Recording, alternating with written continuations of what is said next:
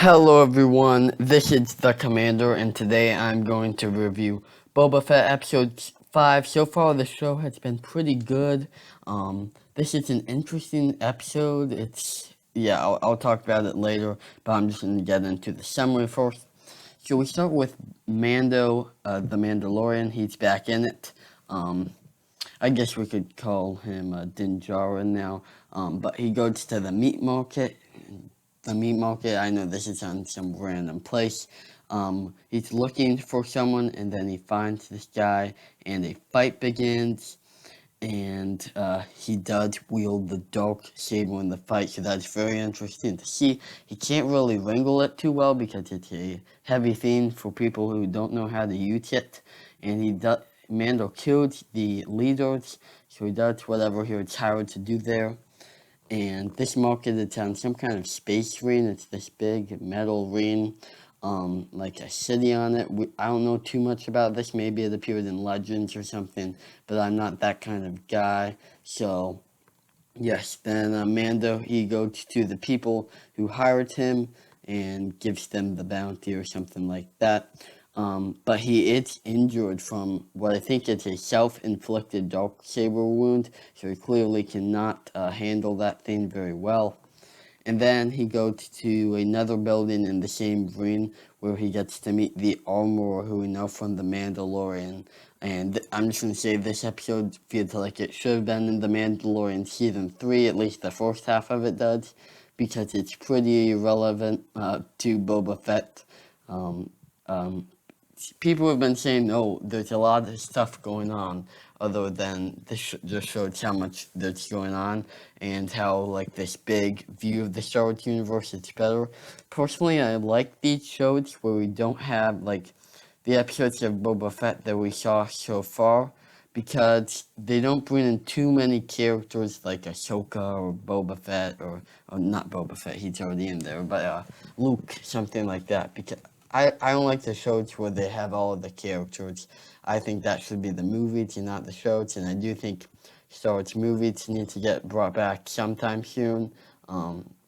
Like, I would love a new trilogy, but I don't know where they would fit it into. Maybe after the sequel trilogy, but that would be a lot of work to do.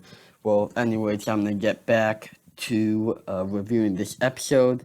So, he meets the armorer and Pat Vizsla, who's also from The Mandalorian. He heals the wound. And then Din said he's going to join the armorers and Paz's gain. But then the armor is forging the Beskar arrow because she says it's some high grade of Beskar, and Beskar shouldn't be used as weapons and it's too dangerous. So she turns them into these like rings of some sort for Grogu. And then Pat Vizsla, he seeks to win the dark saber from combat by beating Mando. But then there's something where the armor asks if Mando had removed his helmet, and he says yes. And then the armor says, well, then you're not a Mandalorian anymore. So then she said that Din had to go to Mandalore to go to some place there and to try to fix this. But he does still have the dark saber, so that is very interesting. I thought that would mean the dark saber would be taken from him or something, but apparently not. And then we go back to Tatooine, where we've been spending this whole place. Some people say that they're tired of Tatooine. I love Tatooine personally. It's the heart of the Star Wars universe, in my opinion. So it might seem like a boring ball of sand, but there's a lot of interesting stuff that goes on there. So on Tatooine, Din finds Pelimoto, who we saw from The Mandalorian, of course. I think that it's in Mos Eisley.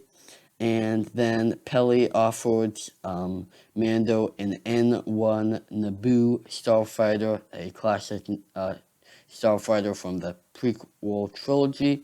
And it's kind of banged up, but together Peli and Din complete the ship, and then Din goes on a test flight through Begwart's Canyon, which I think that's some connection to the original trilogy there.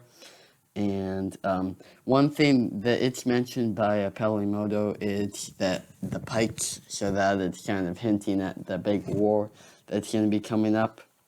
And then at the end, Fennec Shand comes and finds Din and asks him to help with the whole army that they're trying to build. Fennec says that Boba needs some more muscle, so that's kind of where that comes into play. But we barely got to see Fennec in this, and we did not see Boba Fett at all in its own show.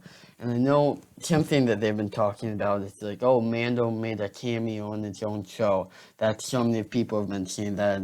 To me, that's getting annoying after a while. But I don't care too much about that kind of stuff. The Mandalorian isn't necessarily a show about Din Djarin specifically. It's kind of a meeting place for all the Star Wars characters, and it also involves other Mandalorians. I do know that it's important for the show to be about Boba Fett, so it's weird that he didn't appear. Honestly, I think this would have been a better episode if it was in the Mandalorian season 3, but I know how it fits in here. Not the best episode, just not too much action. I know it's cool to see the N1 starfighter and that kind of stuff, but it's just not my favorite. I do like the other episodes that have more Boba in them. I'm gonna give this one an 8 out of 10. It's decent, but not the best. So, yep, that is going to do it for this review. Please make sure to subscribe, and this is the Commander signing out.